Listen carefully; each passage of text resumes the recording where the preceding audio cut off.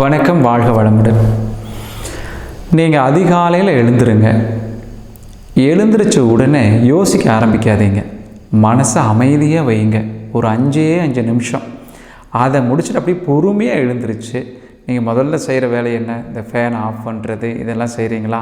இந்த ஃபேனை ஆஃப் பண்ணும் பொழுது இனிமேல் ஃபேனை ஆஃப் பண்ணுறோம் அப்படின்றது வேண்டாம். கரண்ட்டை சேமிக்கிறோம் அல்லது பவர் சேவ் பண்ணுறோம் இப்படின்னு சொல்லிவிட்டு மனசுக்குள்ளே அப்படின்னு சொல்லிவிட்டு இதை செஞ்சீங்கன்னா இந்த சேமிக்கிறோங்கிற வார்த்தை உங்களுக்கு பேங்க் பேலன்ஸில் ஏகப்பட்ட முன்னேற்றத்தை கொடுக்கும், சேமிப்பை கொடுக்கும். கடன்கள் இருந்தால் நிச்சயமாக உறுதியாக கடன்கள் அதையெல்லாம் அடைச்சி மேன்மை நிலையை எட்டுவீங்க. அடுத்ததாக குளிக்க போகிறீங்க. குளிச்சுட்டு வந்தோடனே ஒரு வகையான ஃப்ரெஷ்னஸை உணர்றீங்க தானே.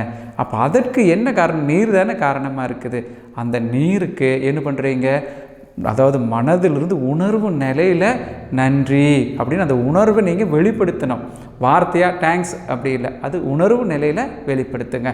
அடுத்தது எது செய்வதாக இருந்தாலும் முதல்ல என்ன சொல்லுங்கள்? நான் சக்ஸஸ்ஃபுல்லாக குளிக்க போகிறேன், சக்ஸஸ்ஃபுல்லாக குளிச்சுட்டு வந்துட்டேன், சக்ஸஸ்ஃபுல்லாக சாமி கும்பிட போகிறேன், சக்ஸஸ்ஃபுல்லாக திருநீர் எடுத்து நான் உங்களுக்கு முதல்ல பல வீடியோ வச்சுருக்கேன், அந்த முறையில் நான் இப்படி வச்சுருக்கேன். இப்படி தொடங்கும் பொழுதும் அதை சக்ஸஸ்ஃபுல்லாக நான் செய்ய போகிறேன்னு நீங்கள் சொல்லிட்டீங்கன்னா இந்த வார்த்தை பிரெயின் என்னாகும்? அப்படியே உள் வாங்கிட்டு இந்த சக்ஸஸ்ஃபுல்லாக செய்கிறதுக்கு இந்த கையங்காலம் எப்படி இயங்கணுமோ அந்த மாதிரி ஒரு ஆர்டர்ஸை கையங்காலுக்கும் பிரெயின் கொடுத்துடும். அப்போ நீங்கள் சக்ஸஸ்ஃபுல்லாக இருப்பீங்க. எந்த வார்த்தையை நம்ம அதிகம் பயன்படுத்துகிறோமோ நிச்சயமாக உறுதியாக உங்கள் வாழ்க்கையில் அது நடந்தே தான் தீரும். அதனால் மிகுந்த நம்பிக்கையோடு இந்த வார்த்தையை சொல்லிகிட்டே வாங்க. வாய்ப்பு கிடைக்கும் பொழுதெல்லாம் பாராட்டிகிட்டே இருங்க. இப்போ உதாரணமாக உங்கள் மனைவி ஒரு புதுசாக ஒரு ட்ரெஸ் போட்டுட்டு வராங்கனாக்கா உடனே இந்த ட்ரெஸ் உனக்கு அழகாக இருக்குதே அப்படிங்கிறதுக்கு அப்பாற்பட்டு நீ போட்டதுனால இந்த ட்ரெஸ் அழகாக இருக்குது அப்படின்னு சொல்லுங்கள். அவங்கள பாராட்டிகிட்டே இருங்க. நீங்கள் வாய்ப்பு கிடைக்கும் பொழுதெல்லாம் உங்களை சுற்றி இருவங்களை பாராட்டிகிட்டே இருந்தீங்கன்னா பிரபஞ்சம் உங்களை பாராட்ட ஆரம்பிக்கும். அதனால் நாம் என்ன கொடுக்குறோமோ அதை அப்படியே பிரபஞ்சம் கொடுக்குங்கிற அடிப்படையில் இதை அப்படியே செஞ்சுட்டு வாங்க. இன்னொன்று, நாம் புத்திசாலித்தனத்துடன் செய்த எல்லா செயலும் நிச்சயமாக நமக்கு மேன்மையும் வெற்றியும் வழங்கியே தான் தீரும்.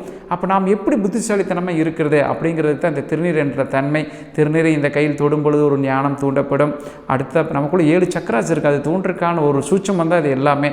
திருநீரை எடுத்துகிட்டு 3 முறை கையில் இப்படி செஞ்சுட்டு இந்த இடத்துல போட்டால் வச்சிங்கனாக்கா இந்த இடத்தை தொடும் பொழுது மேலும் புத்திசாலித்தனம் உங்களிடம் அதிகரிக்கும். அதனால் இதை அப்படியே கடைபிடிச்சிட்டு வாங்க. திருநீர் அப்படிங்கிறது இந்த போலியானதோ கெமிக்கலோ பவுடரோ அல்ல. அதாவது பசுமாட்டு சாணத்திலிருந்து எடுக்கப்பட்டு ஒரு பக்குநிலை செய்யப்பட்டு விருஜா ஹோமம் செய்யப்பட்டது தான் திருநீர். இந்த விருஜா ஹோமத்தில் ஒரு சில பாசிட்டிவ் வைப்ரேஷன்ஸை கொடுப்பாங்க. என்னென்னாக்கா பசுக்களும் பொன்னும் பொருளும் லட்சுமி கடாட்சமும் எல்லா உயிர்க்கும் கிடைக்க இறைவன் பேரருள் புரிய வேண்டும்.